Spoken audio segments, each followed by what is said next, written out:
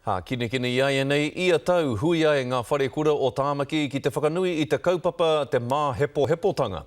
Ka pakanga ngā kura ki rungi i te papariki me te papapoi tarawhiti, engari ko te reo Māori te miro, rangi tā miro ana i a rātau ki raro i te kaupapa o te rā, kei a te Ōkiwa McLean, ngā whakamārama. He rā whawhati ko tēnei mō ngā whare kura o Tāmaki Makaurau. Ko te mā hepotanga e ngā take e rua, kia hāngai te hā kina me te whakatairangatia i tō tātou reo rangatira. Ia te tauhuri haere ai te mauri o te kaupapa nei ki ngā kura katoa, i tēnei tau kei te kura kaupapa Māori o Pūrau te moana nui ākiwa, te mana whakahaere.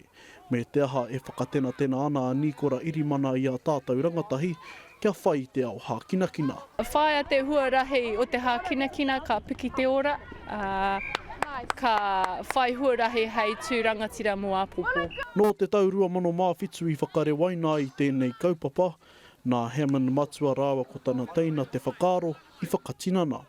Hei tāna kei konei ngā toki hākinakina o Apopo. Kei roto i o tātou kura kaupapa kei reira ko ngā toki ki ngā tākaro e rua nei. Me pēhia e tai ai te iwi te kite mai i wawa Pūkenga, mā te whakarite he kaupapa pēnei. Ko te reo Māori e rere ana i runga i ngā papa tākaro te tino o te kaupapa nei, engari atu i tērā ko te Wikitoria tonu, te whai a ngā tauira. Mehea mea ka whai te ihi, te wihi me te wana, e ahe ana te piti tēnei tima. Kei te tākaro mātou i runga i te kaha, me te manawa nui o tō tātou kura. He pai tēnei kaupapa mo te whakawhanangatanga o ngā kura katoa. Tua atu i te kapaka.